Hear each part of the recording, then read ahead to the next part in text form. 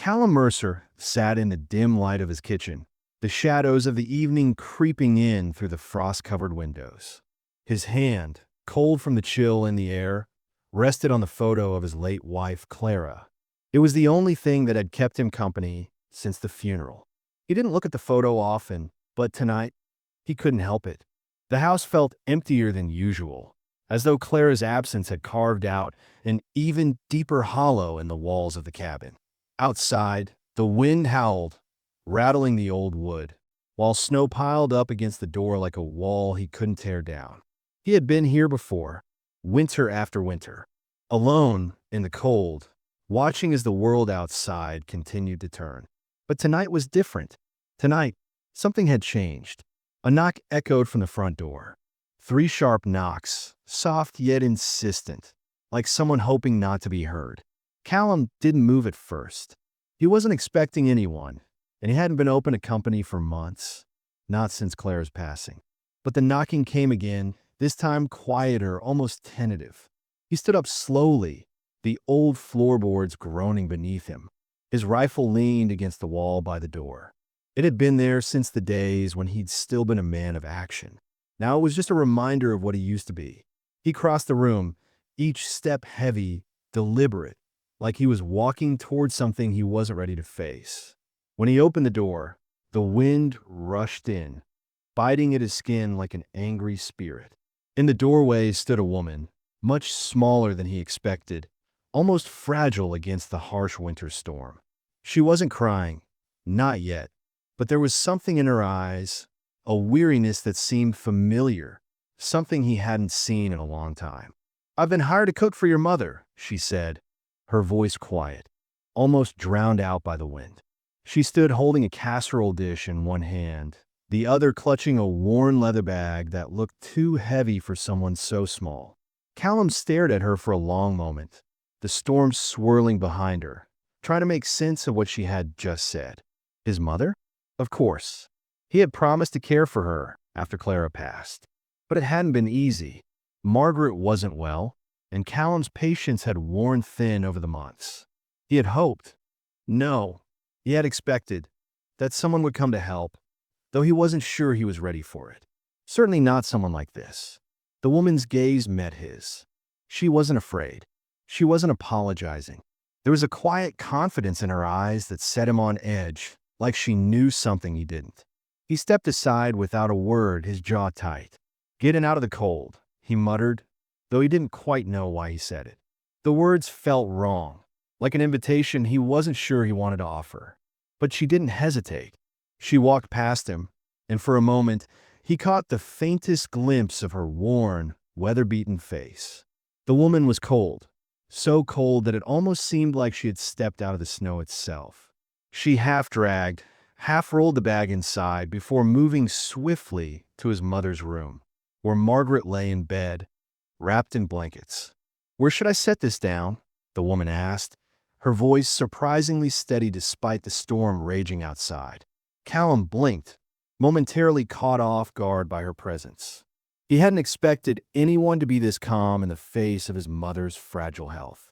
The air in the room felt different, like the temperature had shifted. He wasn't sure what to make of her, but one thing was certain. She wasn't the type to take no for an answer.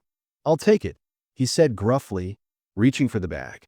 As he did, his gaze flicked to her face again, noting the lines of exhaustion etched there, as if she hadn't rested in days. She seemed to be carrying her own grief, a grief that mirrored his own in some ways. The woman didn't respond, just moved toward the hearth. There was no hesitation in her steps, no fear in the way she adjusted the kettle on the fire. Callum watched her for a moment, noting how she seemed to move through the room as if she belonged here, as if she'd always been a part of it. It unsettled him. The silence stretched between them, thick and heavy. Callum stood by the door, his hand still resting on the knob, unsure of what to say, unsure of what he was supposed to feel. He had known this was coming. Someone had to help with his mother. But for the first time in months, he wondered if maybe, just maybe, the presence of another person in his life might mean something more than just duty. Her name was Sophie. He learned later, but at that moment, He didn't ask. He didn't want to know. He didn't need to know. Not yet. She was just another person in the house. Just another person to get used to. But somewhere deep inside, Callum couldn't shake the feeling that Sophie's arrival meant more than he was ready to accept. And that thought, the thought that he might be wrong about her, about this, lingered quietly in the back of his mind as he closed the door and turned his back on the storm outside. The fire crackled in the hearth, the only sound filling the otherwise silent room. Callum sat at the small wooden table, staring into the flames, trying to ignore the woman who had taken up space in his home without so much as a "by your leave." Sophie worked quietly in the kitchen, moving around the cabin like she belonged there, chopping vegetables, setting the table, like she'd been doing this for years. Callum didn't know why it bothered him so much. Maybe it was the way she moved with such purpose, as though she had a right to be here, or maybe it was the way she didn't ask permission, just stepped right into his life without hesitation. It unsettled him, this woman with the calm eyes and steady hands, who seemed more in control of his world than he was. Margaret, sitting in the corner of the room, seemed unfazed. She watched the fire with glazed eyes, as though she hadn't noticed the new presence in the house at all. But Callum knew better. His mother was too sharp to miss anything, even in her frail state. She had her own thoughts, her own way of looking at things, but she kept quiet. Too quiet. "How's your mother today?" Sophie asked, her voice soft as she placed a plate of steaming stew on the table in front of Callum. She wasn't looking at him, but her words cut through the tension in the room like a knife. Callum cleared his throat. "She's the same," he muttered, not meeting her gaze.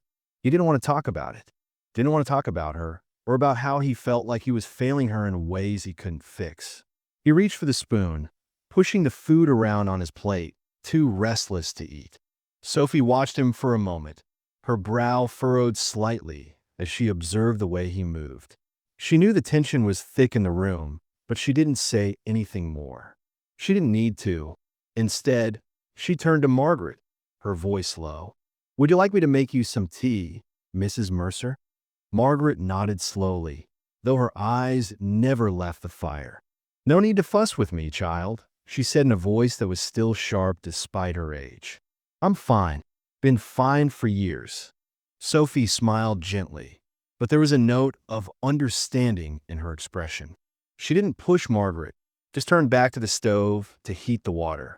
Callum could feel the weight of her quiet patience pressing against him. It felt like a challenge, one he wasn't sure he was ready to accept. The silence stretched, thick and heavy, until Sophie finally spoke again. "You don't talk much, do you?"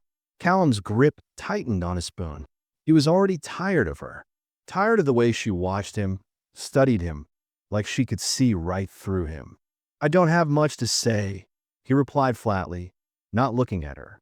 Sophie didn't flinch. Instead, she nodded as if she expected this, as though she knew exactly what he was doing. "I understand, but sometimes it's okay to say something."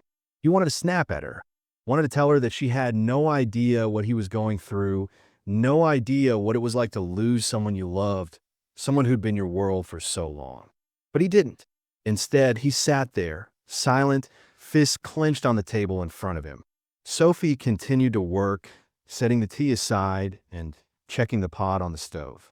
The steady rhythm of her movements seemed to calm the storm brewing inside him, but it also made him uneasy, like he was being lulled into a false sense of comfort. He didn't want comfort. He didn't need anyone, least of all her. "You're angry," Sophie said quietly, still not looking at him. But Callum heard the observation in her voice as though it had been spoken aloud. "It's okay. I can see it. You don't have to say it, but I can feel it." He finally met her gaze, his eyes hard, challenging.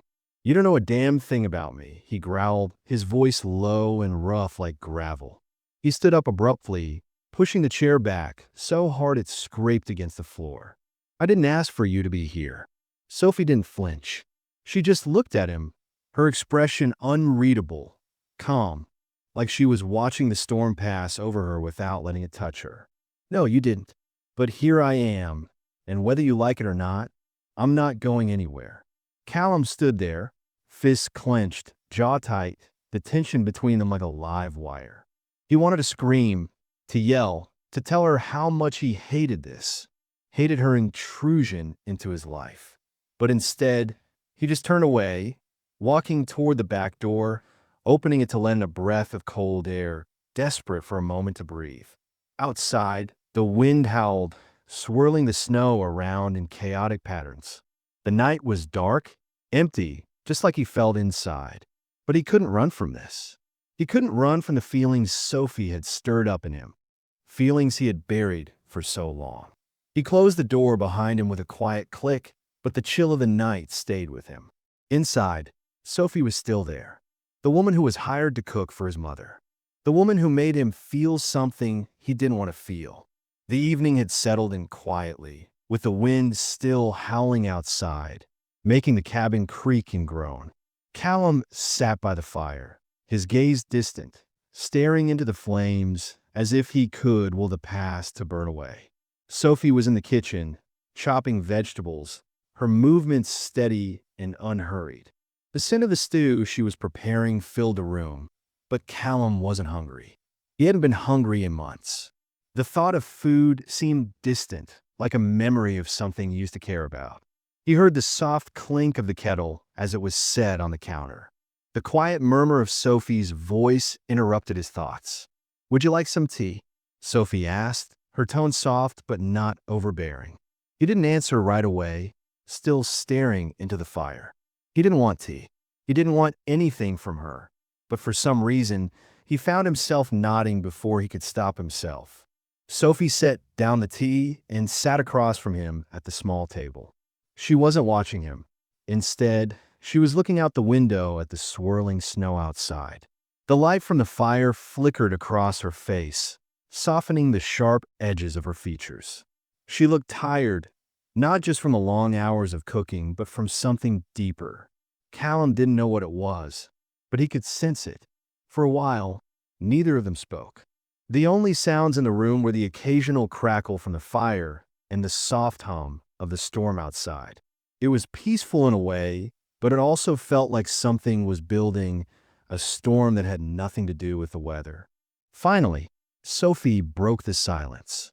"I didn't tell you much when I arrived," she began, her voice quieter than usual.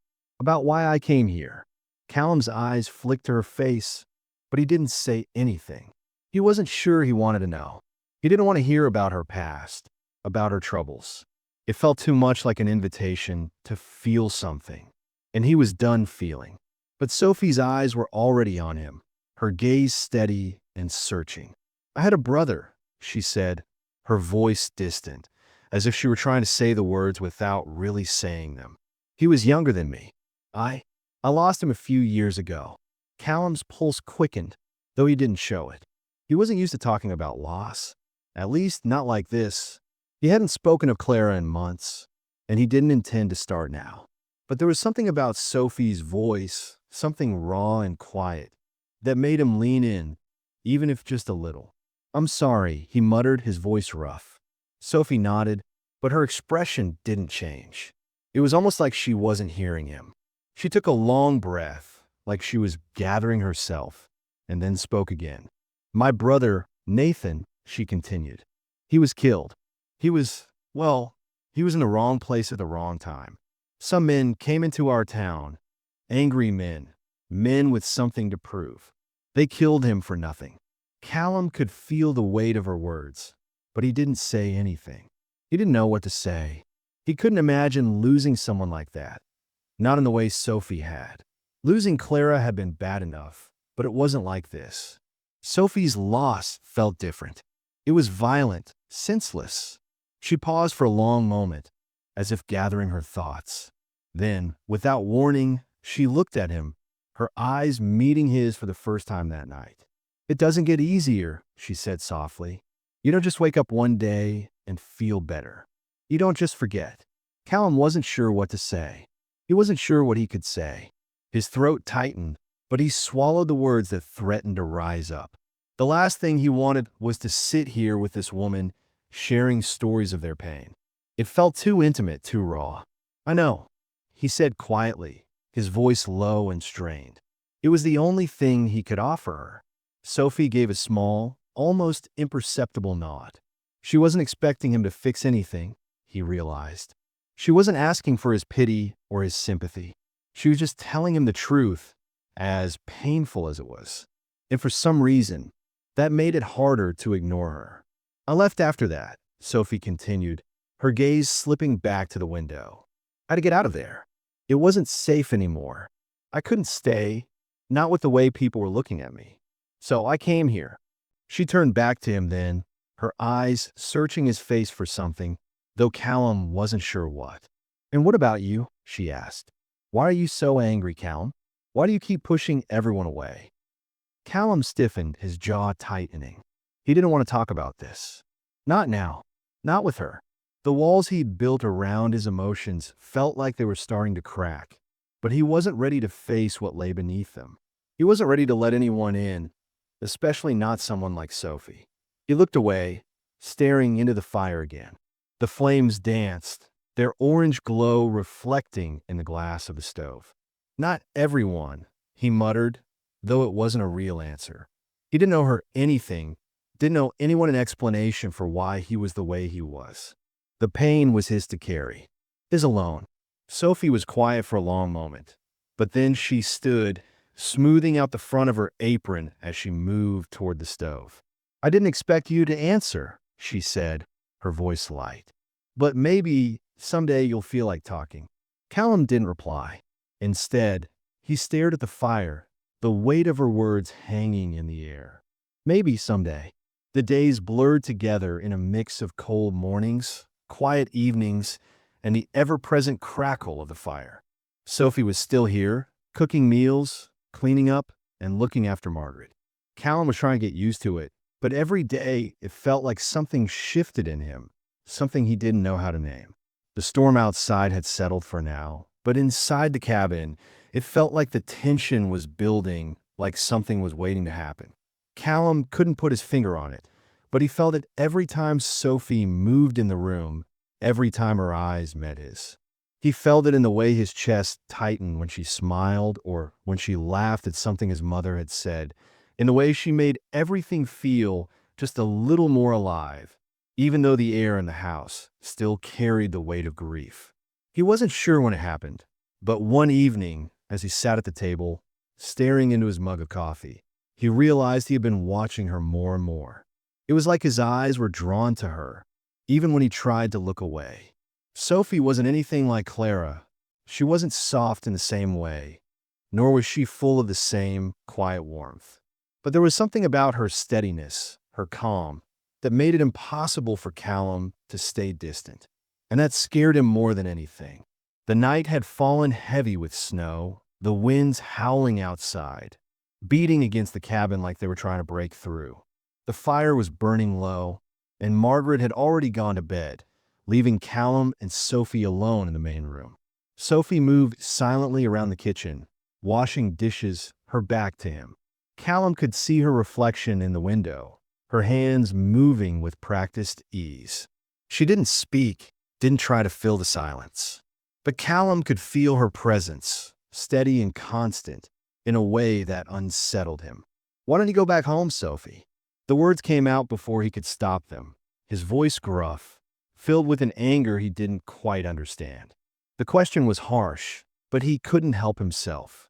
Sophie froze for a moment, the sound of the dishes stopping as she wiped her hands on a cloth.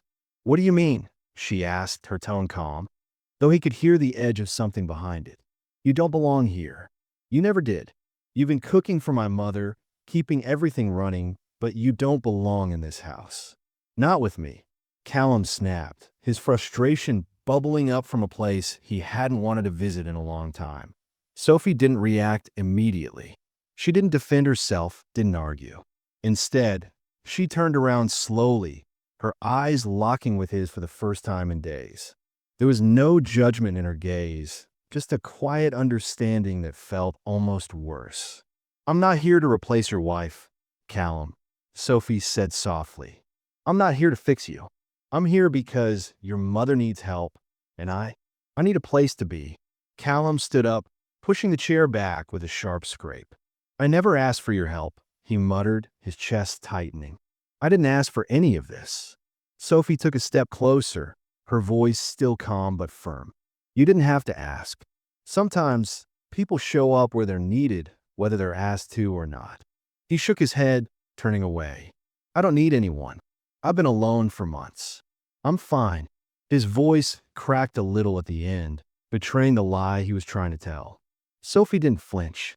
She was so close now that he could feel the warmth from her body. You're not fine, she said quietly, and it's okay to admit it. The words hit him like a blow to the chest. Callum's breath hitched, and for a moment, he wanted to push her away, to yell at her and tell her to leave. But instead, he stood there frozen. Sophie's calmness, her patience, seemed to pull something out of him he hadn't expected. He wanted to resist, wanted to shut down, but something inside him cracked. The anger he had held onto for so long started to unravel, thread by thread. I don't know what to do anymore, he whispered, his voice barely audible. I lost her. I lost everything. And now I'm supposed to what? Move on? Let you in. His voice broke on the last words, and for a moment he felt weak. The grief, the anger, the loneliness, it all rushed to the surface, and he couldn't stop it. Sophie didn't say anything. She didn't need to. She just stood there, watching him, letting the silence settle between them. Callum felt like he was drowning in it, but he didn't look away. Not this time. I miss her so damn much, he said, the words pouring out in a rush. I miss Clara. I miss the way she used to laugh. The way his voice caught again, and he quickly wiped his eyes, embarrassed by the tears he hadn't realized had formed. I don't know how to do this without her. I don't know how to feel anything but angry. Sophie's eyes softened, and for the first time, Callum saw the tenderness in her gaze. She reached out slowly, her hand hovering for a moment before she placed it gently on his arm. You don't have to do it alone, Callum, she said quietly. Not anymore. He couldn't believe the words she was saying, couldn't believe the weight of the kindness in them. He had pushed everyone away for so long, had tried to keep the pain locked inside where no one could see it. But now, with Sophie standing there, with her quiet strength, he felt something he hadn't allowed himself to feel in months. He felt like maybe he wasn't as alone as he thought. For a long moment, neither of them moved. The fire crackled, the storm raged outside, and the world seemed to fall away, leaving just the two of them standing in the room, connected by something unspoken. I'm sorry, he whispered, his voice hoarse. I didn't mean to push you away. I'm just lost. Sophie smiled softly, her hand still resting on his arm. It's okay. We all get lost sometimes. For the first time in a long while, Callum allowed himself to believe her. He wasn't sure what would happen next, but for the first time in months, he felt the weight of his grief lift just enough to breathe. The days were colder now, the snow heavier, and the nights longer. Callum had stopped counting the time since Sophie had arrived. It didn't matter anymore. Something had shifted between them. He felt in the way he looked at her, the way his heart thudded a little harder when she spoke. He didn't understand it. He didn't want to understand it. But it was there, undeniable, tugging at him every time they were in the same room. Sophie, on the other hand, seemed to be as steady as ever. She cooked, cleaned, and cared for Margaret with the same quiet grace she had from the beginning. But Callum noticed the small things, the way her smile would fade when she thought he wasn't looking, or how she would stare out the window, her eyes far away, lost in something he couldn't reach. He couldn't blame her for it. After all, she was just like him in so many ways, carrying around grief, hiding pieces of herself in the world. He didn't know much about her past, but what he did know made him feel small. Her brother, the loss. He understood it more than he wanted to. But Callum wasn't ready to ask about her past. Not yet. He wasn't even sure if he could talk about his own. One evening, after a long day of snowdrifts piling up against the cabin and the wind howling outside, Callum found himself at the stove, stirring a pot of soup.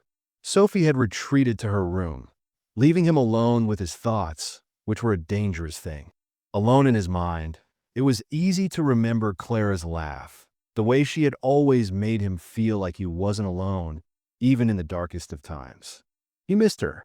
He missed the warmth she brought, the comfort she gave him, the way she made the world feel less cold. But that was gone now. All he had left was a house full of memories, a mother who was barely holding on, and a cook who made him feel things he didn't know how to handle. Need any help? Sophie's voice broke into his thoughts, soft but not afraid to interrupt the silence. She stood in the doorway, her dark eyes watching him carefully. Callum hesitated for a moment. Then he shrugged, his movement stiff. "I'm fine," he said, trying to keep the emotion from his voice. But Sophie didn't leave. She just stood there, watching him, as if waiting for him to let her in. It wasn't the first time she had stood like this. Not the first time she had quietly offered her help, her presence. But this time it felt different. This time there was a weight to it, an unspoken understanding. Without another word, Sophie stepped into the room and reached for the cutting board on the counter. She started chopping vegetables in silence, her movements efficient, purposeful. She didn't try to make small talk. She didn't ask questions. She just worked beside him. For a while, neither of them spoke. The only sounds in the room were the quiet rhythm of the knife against the board and the low hum of the fire crackling in the hearth. Callum tried to focus on the task at hand, but it was hard to ignore the tension that hung between them, thick and almost suffocating. Finally, Sophie spoke again, her voice barely above a whisper. "Do you ever think about her, Clara?" Callum froze, the spoon still in his hand. For a moment, he couldn't breathe. He wasn't ready for this. He wasn't ready to talk about Clara. Not with Sophie. But her question hung in the air, impossible to ignore. He looked at Sophie then, his eyes meeting hers. There was no judgment there. No pity. Just a quiet, steady understanding. And something else. Something that made his chest ache deep down. "I think about her every day," Callum said softly, his voice hoarse. The words felt foreign on his tongue, like they had been trapped inside him for far too long. "I think about the way she smiled, the way she used to laugh at nothing, the way she'd hold my hand when she thought I needed it the most. I miss her, Sophie." Sophie didn't say anything at first. She just looked at him, her eyes full of something Callum couldn't name. She didn't need to say anything. The weight of her silence was enough. She understood. She knew what it was like to lose someone, to carry that loss in your chest, a weight that never really left, no matter how many years went by. "I'm sorry," she said finally, her voice barely audible. "I never meant to make you feel like you had to move on. I know you're not ready." Callum shook his head, his hand tightening around the spoon in his grasp. "It's not that. He stopped, taking a deep breath. The words wouldn't come.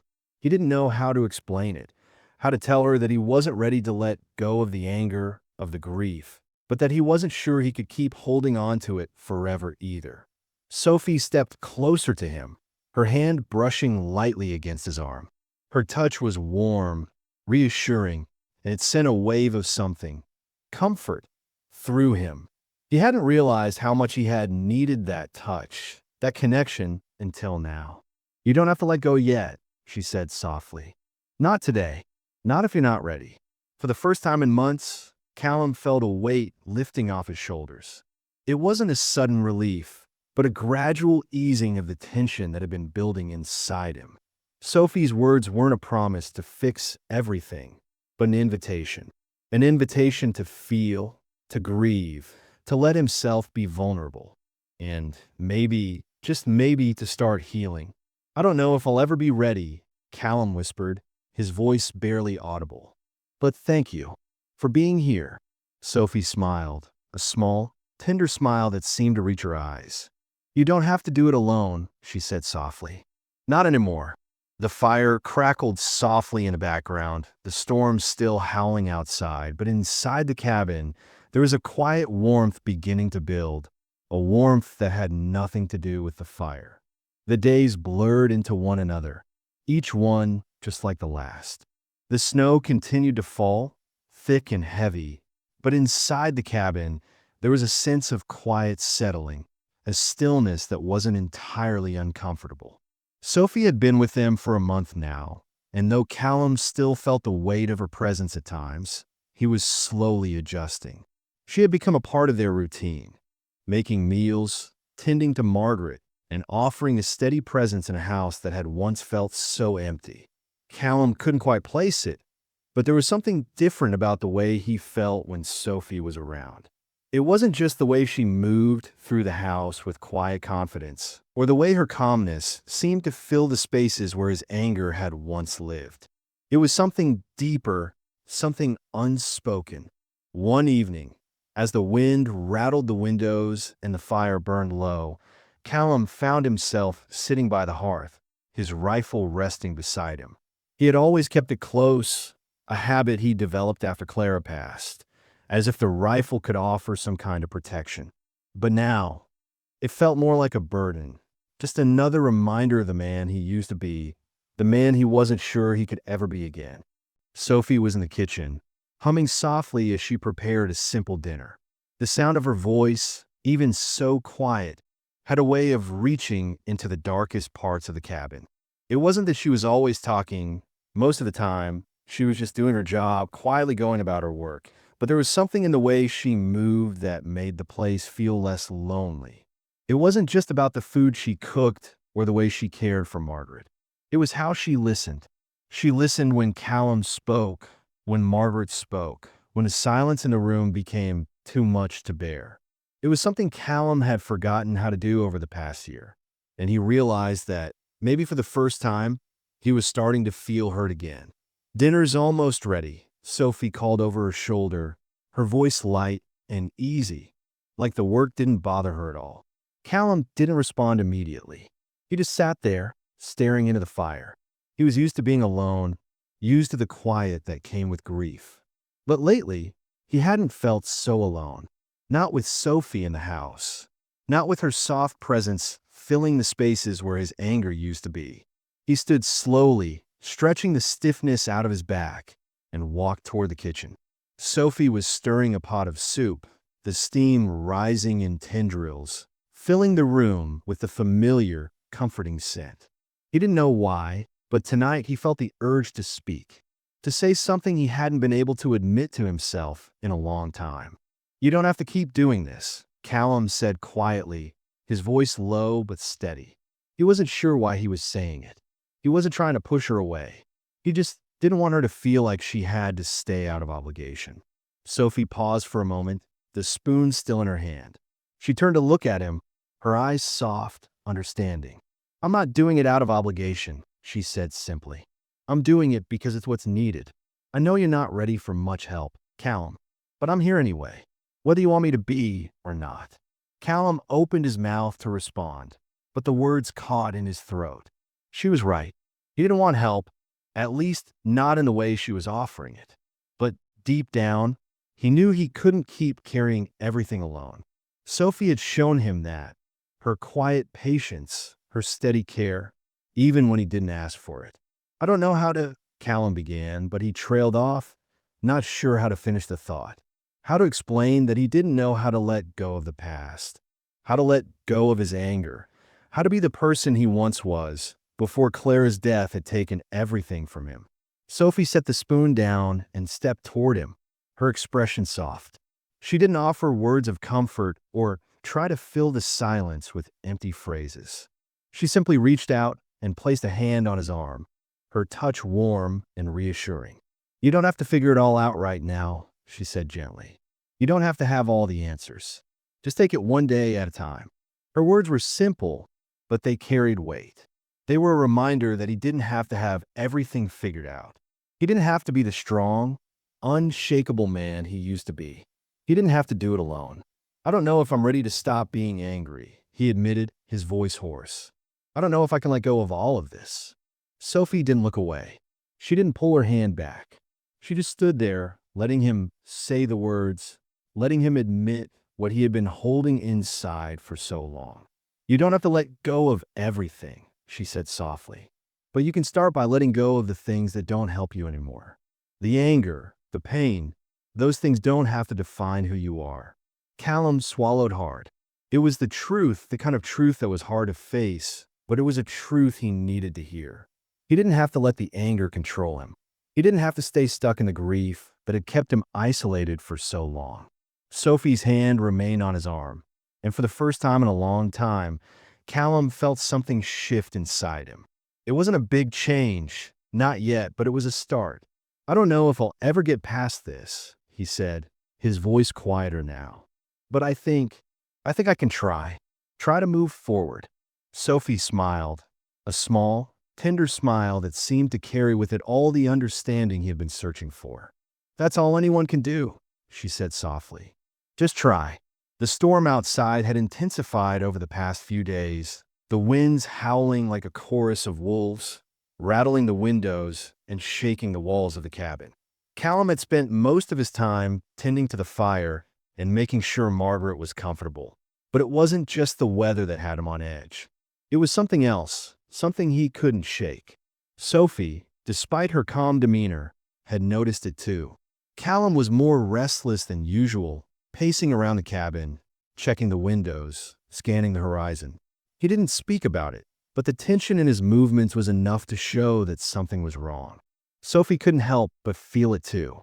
There was a heaviness in the air, as though the cabin, despite the warmth and the fire, was bracing for something. The next evening, after dinner, Callum had gone outside to check the traps. He did it every night, no matter how bad the storm was, but tonight, Sophie couldn't shake the feeling that something was different. She had finished cleaning up and was about to retreat to her room when she saw him step into the storm, his coat pulled tight around him, his face set in that familiar, unreadable mask. She stood by the window, watching as he disappeared into the white expanse of snow.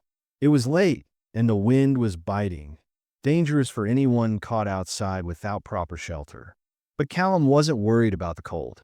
He was worried about something else, something that had been gnawing at him for days. Sophie didn't know what it was yet, but she could feel it. The cabin, once a place of refuge, now felt like it was under siege. Half an hour passed, and the storm showed no signs of slowing. Sophie paced the room, the silence of the cabin pressing down on her. She went to the window again, her breath fogging up the glass as she peered into the dark. Callum's figure was nowhere to be seen. The knot in her stomach tightened. She couldn't ignore it anymore. She had to go after him.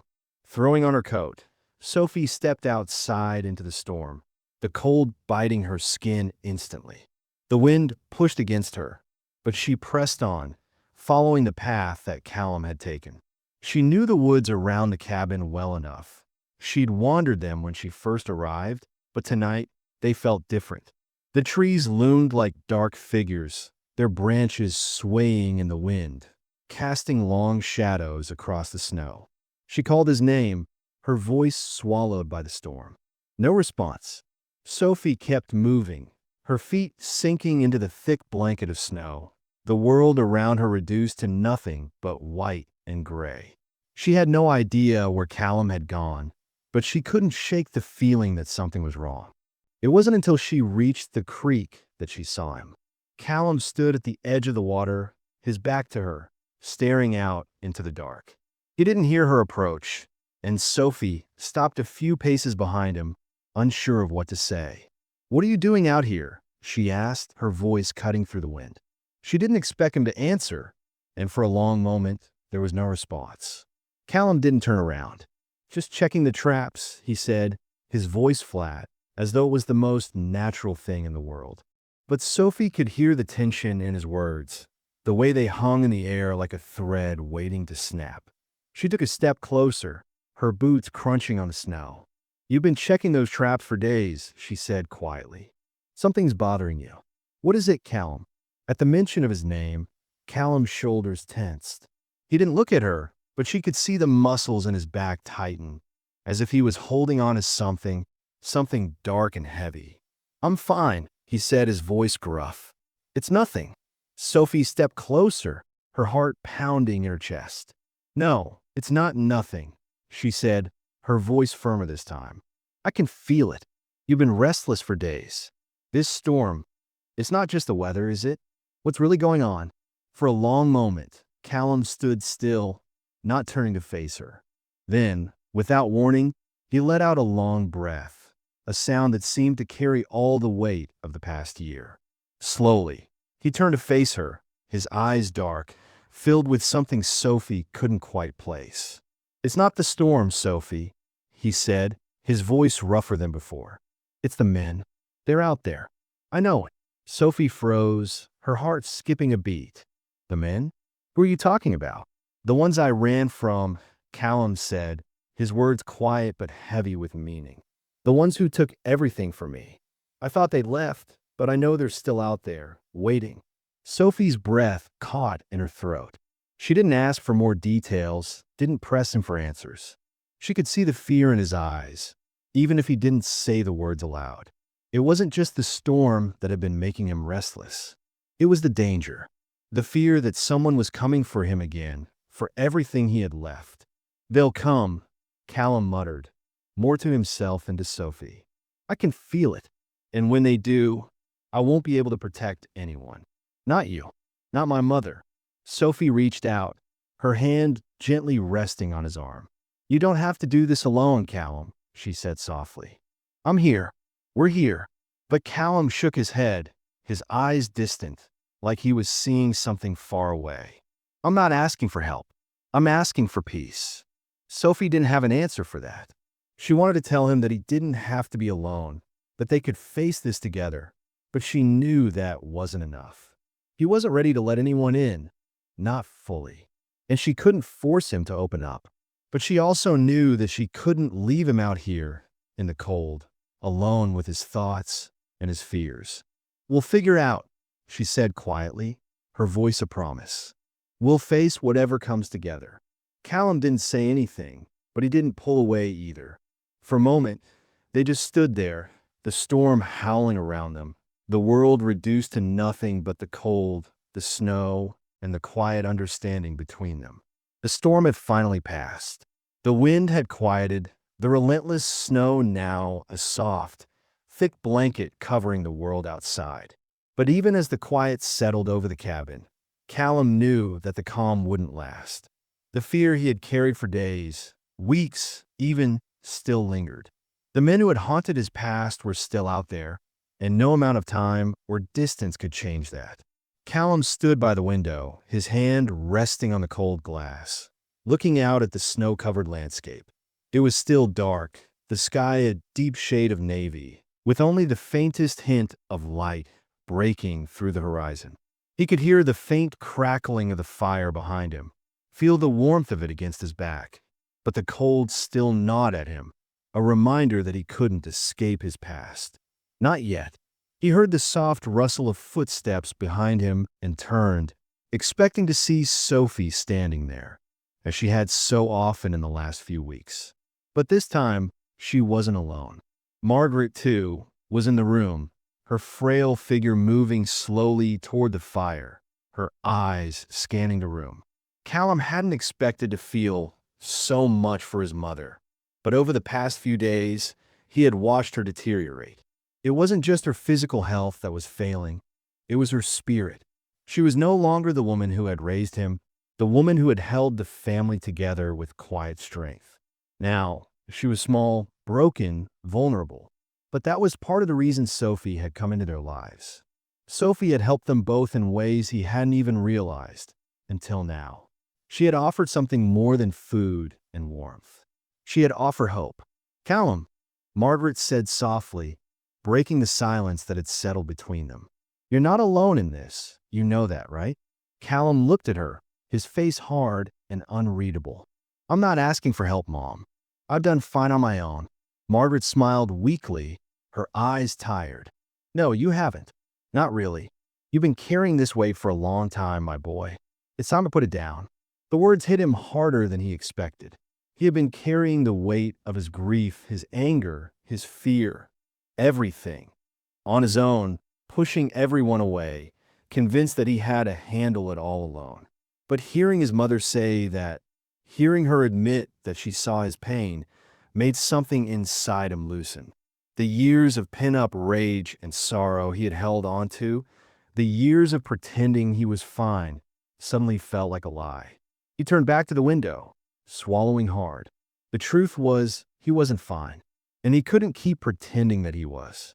Sophie came up beside him then, her presence a quiet comfort. She didn't say anything right away. She didn't need to. She just stood there, her hand gently touching his arm, grounding him in a way he hadn't been for a long time. "You don't have to carry this alone anymore, Callum," she said softly. "Not if you don't want to." Callum's chest tightened. He could feel the weight of her words, but it wasn't just her words. It was the quiet, unspoken promise behind them. For the first time, he let himself feel it. He wasn't alone. Not anymore. Sophie's hand stayed on his arm, warm and reassuring, and Callum turned to look at her, meeting her gaze for the first time in a way that wasn't guarded, wasn't filled with the anger and pain he had been hiding for so long. For a moment, everything else faded away. The storm outside, the fear in his chest, the memories of the men who had hunted him down. It all disappeared. In that moment, all that mattered was the connection they shared, the unspoken bond that had grown between them, even though they hadn't expected it. "I'm scared," Callum admitted quietly, his voice barely above a whisper. "Scared that they'll come back. Scared of what will happen when they do." Sophie's eyes softened, and she stepped closer, her hand moving to rest against his cheek, her touch gentle. "I know you are," she said, "but I'm here, and you don't have to face them alone. Whatever happens, we'll face it together." Callum closed his eyes at her touch, his heart hammering in his chest. He had never wanted anyone to be this close to him, never wanted to rely on anyone for fear of what it might mean. But in Sophie's presence, it didn't feel like weakness. It felt like strength, a strength he hadn't realized he needed until now. "I'm not sure I can forgive myself," Callum whispered, his voice shaking. "For everything I've lost, for the things I couldn't fix." "You don't have to forgive yourself all at once," Sophie replied gently. "It's a process, and it's okay to take it one step at a time." Her words felt like a lifeline, and for the first time, Callum realized that he didn't have to do everything on his own. He didn't have to have all the answers or fix everything at once. It was okay to let go of the anger. It was okay to feel.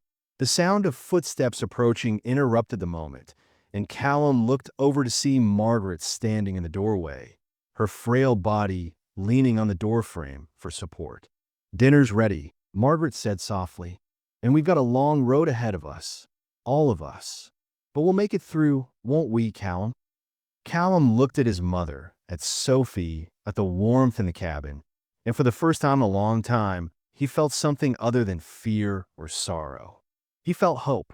"We will," he said quietly. "Together."